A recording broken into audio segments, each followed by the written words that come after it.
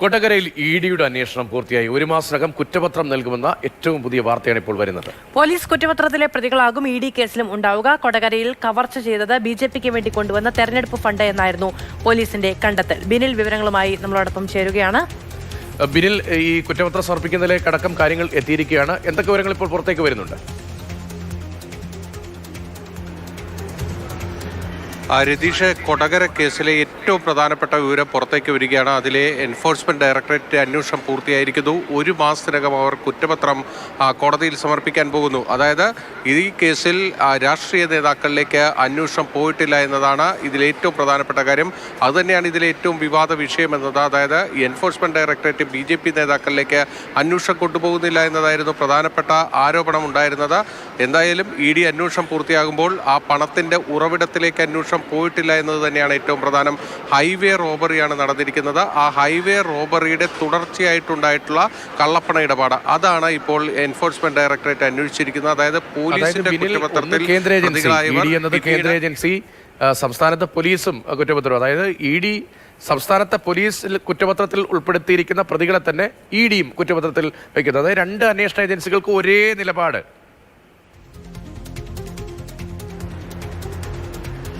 അതായത് കള്ളപ്പണ ഇടപാടിലാണ് ഈ പണത്തിന്റെ ഉറവിടം കണ്ടെത്തേണ്ടത് എന്നതാണ് പോലീസിന്റെ നിലപാട്. അതുകൊണ്ടാണ് പോലീസ് എൻഫോഴ്സ്മെന്റ് ഡയറക്ടറേറ്റിന് ഈ പണത്തിന്റെ ഉറവിടം കണ്ടെത്തി നൽകിയത്. ആ പണത്തിന്റെ ഉറവിടം കർണാടകയിലെ BJPയുടെ രാജ്യസഭാംഗം അടക്കമുള്ളവരാണ് എന്ന കാര്യം ഒരു പ്രത്യേക റിപ്പോർട്ടായിട്ട് ക്രൈംബ്രാഞ്ച് സംഘം എൻഫോഴ്സ്മെന്റ് ഡയറക്ടറേറ്റിന് കൈമാറിയിരുന്നു. പക്ഷേ എൻഫോഴ്സ്മെന്റ് ഡയറക്ടറേറ്റ് ആ പണത്തിന്റെ ഉറവിടത്തിലേക്ക് അന്വേഷണം കൊണ്ടുപോകുന്നില്ല എന്നതാണ് നമുക്ക് വ്യക്തമാകുന്നത്. അതായത് ഇവിടെ നടന്നിട്ടുള്ള ഹൈവേ റോബറി, അതായത് റോഡിലെ കവർച്ച, ആ കവർച്ചയ്ക്ക് ശേഷം ആ കള്ളപ്പണം ആരുടെയൊക്കെ കയ്യിലേക്ക് എത്തി, അവർക്കെതിരെയുള്ള അന്വേഷണം മാത്രം പൂർത്തീകരിച്ചുകൊണ്ടാണ് ഇപ്പോൾ എൻഫോഴ്സ്മെന്റ് ഡയറക്ടറേറ്റ് അന്തിമമായ കുറ്റപത്രം നൽകാൻ പോകുന്നത്.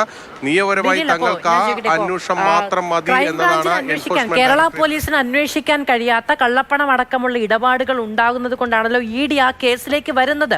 അപ്പൊ ഇവരുടെ അന്വേഷണം നടന്നത് ഈ കവർച്ച നടന്നതിന് ശേഷമുള്ള കാര്യങ്ങളിൽ മാത്രമാണ് എങ്കിൽ ED പ്രാഥമികമായി അന്വേഷിക്കേണ്ട കാര്യങ്ങളിൽ ED അവിടെ മൗനം പാലിച്ചു എന്നല്ലേ മനസ്സിലാക്കേണ്ടത്? തീർച്ചയായും അത് തന്നെയാണ് അതിൽ നിന്ന് മനസ്സിലാക്കേണ്ടത്. ഇവിടെ പോലീസിന്റെ FIR ഉണ്ട്. ആ FIRന്റെ ചുവട് പിടിച്ചുകൊണ്ട് കൊടകരയിലുണ്ടായ ഹൈവേ റോബറിയും അതിൽ നിന്ന് തട്ടിയെടുത്ത പണം ആരുടെയൊക്കെ കൈകളിലേക്ക് പോയി, അവരിലേക്ക് മാത്രം EDയുടെ അന്വേഷണം ഇവിടെ ചുരുക്കപ്പെടുകയാണ്. ആ അന്വേഷണം പൂർത്തീകരിച്ചുകൊണ്ടുള്ള കുറ്റപത്രമാണ് 4 ആഴ്ചയ്ക്ക് ശേഷം അവർ പ്രത്യേക കോടതിയിൽ സമർപ്പിക്കാൻ പോകുന്നത്. പക്ഷേ ഈ പണത്തിന്റെ ഉറവിടത്തിലേക്ക് എൻഫോഴ്സ്മെന്റ് ഡയറക്ടറേറ്റ് നീങ്ങിയിട്ടില്ല, അവർ അത് അന്വേഷിക്കുന്നില്ല എന്നതാണ് ഇപ്പോൾ നമുക്ക് വ്യക്തമാകുന്നത്.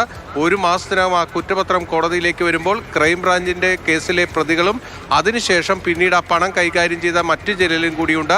അവർ മാത്രമായിരിക്കും ED കേസിൽ പ്രതികളായിട്ട് വരിക.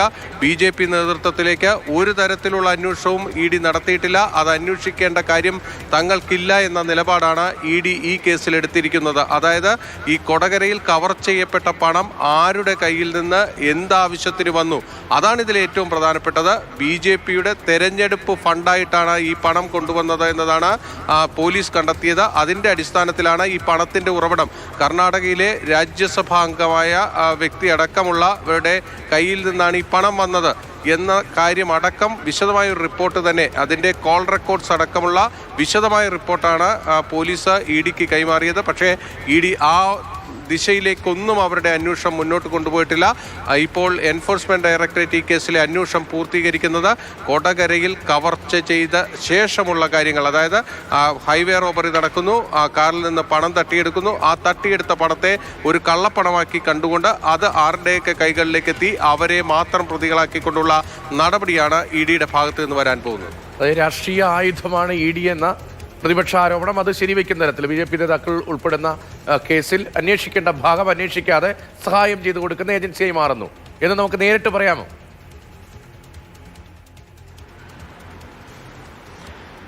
രതീഷ്, അങ്ങനെ തന്നെ പറയേണ്ടി വരും. കാരണം ഇ ഡി ഇതിന്റെ സാമ്പത്തിക സ്രോതസ്, അതായത് എങ്ങനെയാണ് ഇത്രയധികം കള്ളപ്പണം കേരളത്തിലേക്ക് എത്തിയത്, അത് BJPയുടെ തെരഞ്ഞെടുപ്പ് ഫണ്ടായിട്ട് വന്ന പണമാണ് എന്നതാണ് സംസ്ഥാന പോലീസിന്റെ കണ്ടെത്തൽ. അത് റിപ്പോർട്ടായി തന്നെ അവർ ഇ ഡിക്ക് കൈമാറുകയും ചെയ്തു.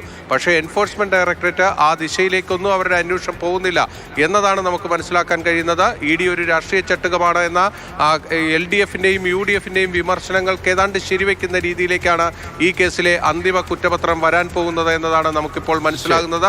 ഈ കേസിൽ ക്രൈംബ്രാഞ്ചിന്റെ കേസിലെ പ്രതികളായവർ മാത്രമായിരിക്കും ഇ ഡി കേസിലും പ്രതിസ്ഥാനത്തേക്ക് വരാൻ പോകുന്നത്. റോബറി കേസിലെ പ്രതികൾ മാത്രമാണ് ഇപ്പോൾ ഇ ഡിയുടെ കേസിലും പ്രതികളായിരിക്കുന്നത്. അങ്ങനെയാണെങ്കിൽ ഇ ഡി അന്വേഷിച്ചത് എന്താണ്? റോഡ് സൈഡ് റോബറി അന്വേഷിക്കാൻ വേണ്ടി ഇ ഡിയുടെ ഒരു പതിപ്പ് ഇവിടെ വീണ്ടും അന്വേഷണം നടത്തേണ്ട കാര്യമില്ലല്ലോ. ആ കള്ളപ്പണം എവിടെ നിന്ന് വന്നു എന്നടക്കമുള്ള പോലീസിന്റെ നോട്ടീസിലടക്കം അന്വേഷണം ഉണ്ടായില്ല എന്നുള്ള കാര്യമാണ് ഇപ്പോൾ വ്യക്തമാകുന്നത്.